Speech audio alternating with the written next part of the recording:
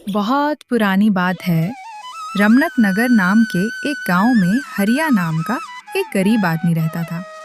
वैसे तो कुछ समय पहले तक रमनक नगर बहुत ही सुंदर गांव था।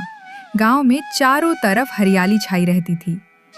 हर तरफ चिड़ियों की चहचहाहट की गूंज ही सुनाई दिया करती थी। लेकिन पिछले 3 साल से गांव में बारिश न होने की वजह से हर जगह सूखा पड़ा था। गांव के सभी लोग गांव को छोड़कर दूसरे गांव को जाने के लिए मजबूर हो रहे थे।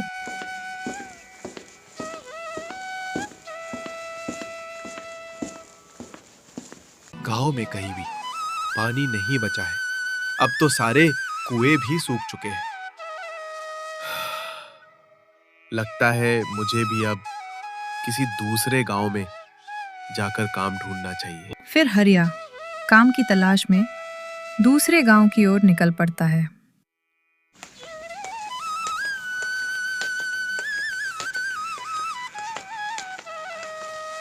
और फिर कुछ समय बाद हरिया चंदनपुर गांव के मुखिया रामलाल के यहाँ पहुंच जाता है। मुखिया जी, मेरा नाम हरिया है। मैं दूसरे गांव से काम की तलाश में आया हूं। जब मैंने गांव के लोगों से पता किया तो मुझे उन्होंने बताया कि आपके यहाँ काम करने के लिए एक नौकर की जरूरत है। हाँ, काम तो है मेरे पास। वैसे तुमने अपना नाम क्या बताया?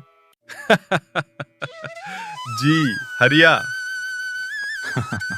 हाँ तो हरिया, मेरे पास 20 बीघा जमीन है जिस पर मैं खेती करने के लिए एक अच्छा और कामकाजी नौकर की तलाश में था। तुम्हें मेरे खेतों में काम करना होगा और उसके बदले में मैं तुम्हें महीने का 650 रुपए और 2 वक्त का खाना भी दूंगा। वाह, क्या बात है! महीने का 650 और रोज 2 टाइम का भोजन। अब तो मैं आराम से रह सकता हूँ। जी ठीक है मुखिया जी। लेकिन मैं इस गांव में नया हूँ और मेरे पास रहने का भी कोई ठिकाना नहीं है। अगर आप कहें तो मैं कुछ समय यहीं पर रह लूं। ठीक है हरिया, कोई बात नहीं। तुम मेरे घर की पास वाली झोपड़ी में रह सकते हो। जी ठीक है मुखिया जी, आपका बहुत बहुत धन्यवाद।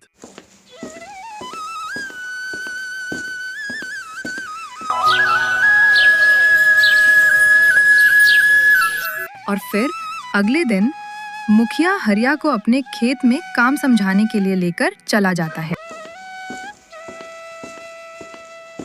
हरिया देखो, ये जो दूर तक दिखाई दे रहे हैं ना, ये सारे मेरे ही खेत हैं।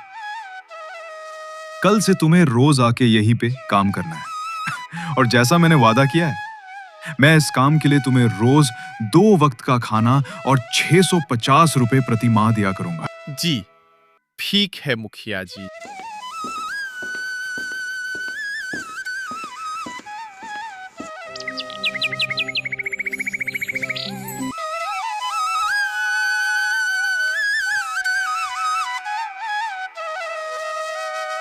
अब हरिया मुखिया के खेतों में रोज काम करता और जैसा कि मुखिया ने कहा था, वो रोज हरिया को 2 वक्त का भोजन और महीने की अंतिम तारीख को 650 रुपए दे दिया करता था।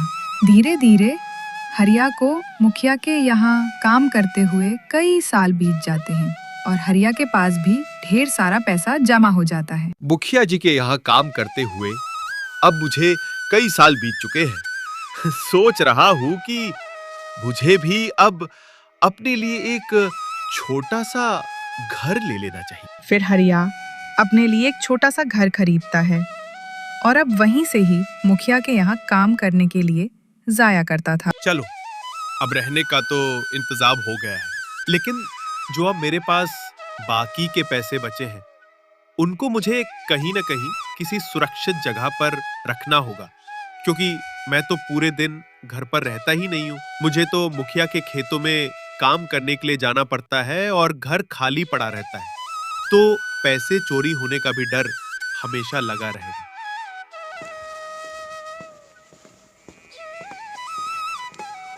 अरे हरिया, क्या बात है? तुम आज मुझे कुछ परेशान नजर आ रहे हो, आखिर बात क्या है? मुझे भी बताओ। मुखिया जी, आपको तो पता ही है कि मैंने आपके यहाँ काम करके कुछ पैसे जमा किए हैं, जिनमें से कुछ पैसों से तो एक छोटा सा अपने रहने के लिए घर खरीद लिया, और कुछ पैसे मेरे पास अब भी बचे हैं। मैं दिन भर तो आपके यहाँ काम पर रहता हूं, तो मुझे इसी बात की चिंता लगी रहती है कि मेरे ना रहने पर कोई मेरे पैसे चोरी ना कर ले। मैंने सोचा कि मुझे पैसे किसी के पास सुरक्षित रख देना चाहिए, लेकिन मुझे यह समझ में नहीं आ रहा है कि किसके पास मुझे अपने पैसे रखने चाहिए। अरे, तो इसमें इतना परेशान होने की क्या बात है? हमारे गांव में एक सेठ है जिसका नाम सेठ दीनदयाल है। मैंने सुना है कि वो बहुत ही अच्छा आदमी है। हरिया, मेरे हिसाब से तुम्हारे पैसे सेठ दीनदयाल के पास ही सुरक्षित रहेंगे। जी ठीक है मुखिया जी, मैं कल ही अपने पैसे सेठ दीनदयाल के यहाँ जाकर उन्हें सुरक्षित सौंप दूंगा। फिर दूसरे दिन हरिया सेठ दीनदयाल के पास जाता है।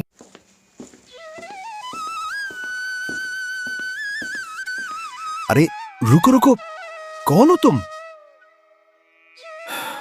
और कहाँ घुसे चले जा रहे हो बिना किसी जान पहचान के? मेरा नाम हरिया है। मैं आपके ही गांव के मुखिया रामलाल के यहाँ काम करता हूं। मेरे पास कुछ पैसे हैं। मुखिया जी ने मुझे बताया कि इस गांव में सेठ बहुत अच्छे आदमी हैं, और मैं अपने पैसे सेठ के पास रखने के लिए आया हूं। अच्छा, सेठ जी से मिलना है? ठीक है, जाओ फिर। सेठ जी अंदर है। फिर हरिया सेठ के घर के अंदर चला जाता है। सेठ दीनदयाल जी, मेरा नाम हरिया है और मैं मुखिया रामलाल के यहाँ काम करता हूँ। थोड़ा थोड़ा करके मैंने 12,600 रुपए जमा किए हैं। मैं घर पर तो रहता नहीं हूँ, तो पैसों के चोरी होने का डर रहता था, तो सोचा आपके पास रख दूं। अरे कोई बात नहीं हरिया, तुम्हें परेशान होने की कोई जरूरत नहीं है। मैं तुम्हारे पैसे ऐसे संभाल कर रखूंगा जैसे कि मेरे ही हैं। जी ठीक है सेठ जी, धन्यवाद। आपका बहुत बहुत आभार। फिर हरिया अपने पैसे सेठ को देकर वहां से चला जाता है।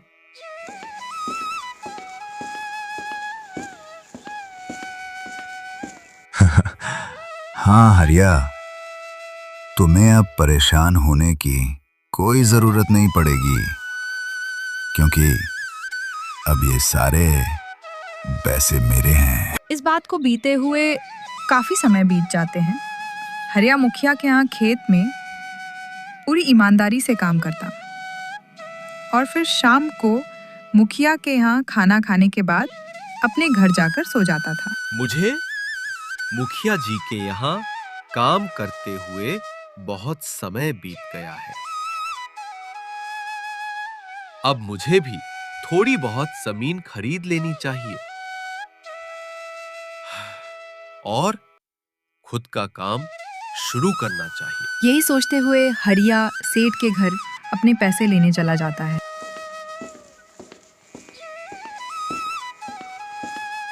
सेठ जी राम राम, मुझे पहचाना आपने? अरे कौन हो तुम भाई? मैंने तुम्हें पहचाना नहीं। कहां से आए हो तुम और क्या काम है तुम्हें मुझसे? अरे सेठ जी, मैं हरिया हूँ जो मुखिया रामलाल जी के यहाँ पे काम करता हूँ। याद कीजिए, आज के कुछ साल पहले मैंने आपको 12,600 रुपए रखने के लिए दिए थे ना, तो मैं वही लेने आया हूँ। अरे कौन से पैसे? कब दिए थे? क्या कोई कागजात लाए हो जो पैसे लेते टाइम मैंने तुम्हें दिया था? अरे सेठ जी, कौन से कागजात? आपने तो मुझे ऐसे कोई कागजात नहीं दिए थे। आपने तो कहा था कि चिंता की कोई बात नहीं है, आप मेरे पैसों को सुरक्षित रखोगे। भाई मेरे पास दिन भर कोई ना कोई आता जाता रहता है अपने पैसे रखने के लिए। और मैं सबके साथ कागज पर ही व्यवहार करता हूँ। अगर तुम्हारे पास कोई सबूत है तो बताओ, नहीं तो यहाँ से चले जाओ। सेठ की इन बातों को सुनकर हरिया रोने लगता है। अरे सेठ जी, ऐसा ना कहिए। याद कीजिए, मैंने आपको कुछ साल पहले पूरे 12,600 रुपए दिए थे रखने के लिए। तुम जाते हो या फिर तुम्हें धक्के मार कर निकालूं यहाँ से। सेठ जी, आप झूठ मत बोलिए। भगवान से डरिए सेठ जी, मुझे मेरे पैसे वापस लौटा दीजिए। लगता है तू ऐसे नहीं मानेगा। लुक, तुझे अभी बताता हूँ। रामू, अरे ओ रामू, जरा इसे थोड़ा अपनी भाषा में समझा तो। सेठ की बात सुनकर फिर रामू हरिया को बहुत पीटता है। छोड़ो मुझे मत मारो सेठ जी, भगवान से डरो, मुझे मत मारो सेठ जी। और फिर बेचारा हरिया अपने शरीर पर लगी चोटों के साथ घर वापस लौट जाता है। हरिया को अपने घर में घायल पड़े हुए 2 दिन बीत जाते हैं। इस बात से मुखिया रामलाल भी थोड़ा परेशान होने लगते हैं और फिर मुखिया जी हरिया के बारे में पता करने के लिए उसके घर पहुंच जाते हैं।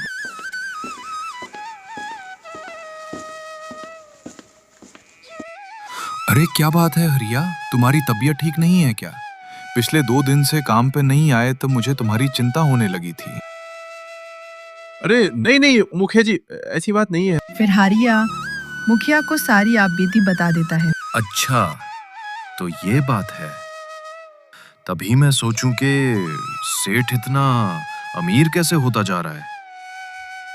मुझे आज पता चला कि उसके यहाँ जो भी पैसे रखता है वो उन पैसों को खुद हथिया लेता है और इसी तरह से वो लोगों को ठग कर अमीर होता जा रहा है। माफ करना हरिया, इन सब मुसीबतों का कारण मैं ही हूं। ना मैं तुमसे सेठ के बारे में बताता और ना ही तुम उसके यहाँ पैसे रखने के लिए जाते। अरे नहीं मुखिया जी, आपने तो मेरा भला ही सोचा था, आप क्यों माफी मांग रहे हैं? हरिया, इन सब की वजह तो मैं ही हूं। तुम चिंता मत करो, मैं सेठ दीनदयाल को तुम्हारे पैसे ऐसी ही नहीं हजम करने दूंगा। मेरे पास एक प्लान है जिससे सेठ से हम तुम्हारे पैसे वापस ले सकते हैं। पर इसमें थोड़ा 10 से 15 दिन तक का समय लगेगा। फिर मुखिया हरिया को सारा प्लान समझा देता है और अपने घर चला जाता है। फिर कुछ दिन तो ऐसे ही बीत जाते हैं। हरिया मुखिया के यहाँ काम करता और शाम को अपने घर चला जाता था और इधर सेठ दीनदयाल हरिया के पैसों को हड़प कर खुश था। चलो, अच्छा हुआ पीछा छूटा उस बेवकूफ हरिया से।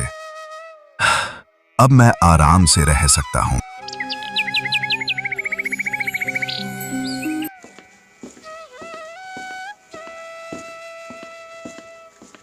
अरे मुखिया जी, राम राम। क्या बात है, आज आप यहाँ पर? कुछ नहीं रामू, बस सेठ दीनदयाल जी से मिलने के लिए आया था। अच्छा, सेठ जी तो अंदर है। अच्छा ठीक है, मैं जाकर उनसे मिल लेता हूँ। अरे मुखिया जी, आज आपका इस गरीब के घर कैसे आना हुआ? मुझे बुलावा भेज दिया होता तो मैं खुद ही आ जाता। आपको परेशान होने की क्या जरूरत थी? सेठ दीनदयाल जी, दरअसल बात यह है कि मैं जिन लोगों के साथ व्यापार करता हूँ वो व्यापारी इस बार यहाँ नहीं आ पाएंगे, तो इस बार मुझे ही जाना पड़ेगा उन व्यापारियों के पास और मुझे वहां पर यही कुछ 20 से 25 दिन का समय लग सकता है। तो मैंने सोचा कि मेरे ना रहने पर घर में चोरी भी हो सकती है और फिर इतनी बड़ी रकम मैं किसके पास रख कर जाता। फिर मुझे आपकी याद आई तो सोचा क्यों ना पैसे कुछ दिन के लिए आपके पास रख दूं। अरे मुखिया जी, चिंता क्यों करते हैं? मैं आपके पैसे बहुत ही हिफाजत के साथ रखूंगा, आप निश्चिंत होकर जाइए। सेठ दीनदयाल और मुखिया के बीच बातें हो ही रही होती हैं, तभी हरिया भी वहां आ जाता है। हरिया, आओ आओ। माफ करना भाई, वो मैंने तुम्हें उस दिन पहचाना नहीं। मैं बूढ़ा भी हो गया हूं और मेरी नजर भी बहुत कमजोर हो गई है। मैंने उस दिन तुम्हें पीटा, मुझे माफ कर देना। ये लो, तुम्हारे पैसे पूरे 12,600 रुपए हैं, एक बार देख लो। फिर हरिया अपने पैसे वहां से लेकर चला जाता है। तभी वहां मुखिया का नौकर आता है।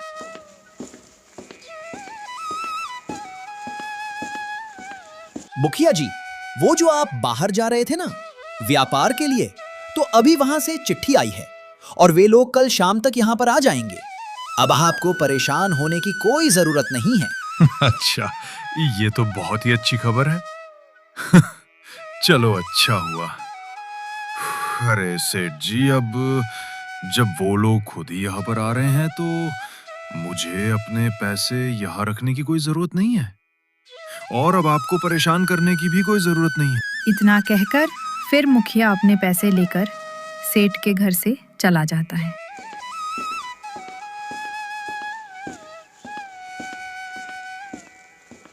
अरे, बड़ी मुश्किल से हरिया के पैसे हाथ आए थे, लेकिन ज्यादा के चक्कर में मैंने वो भी खो दिया। मैं कितना बड़ा मूर्ख हूं।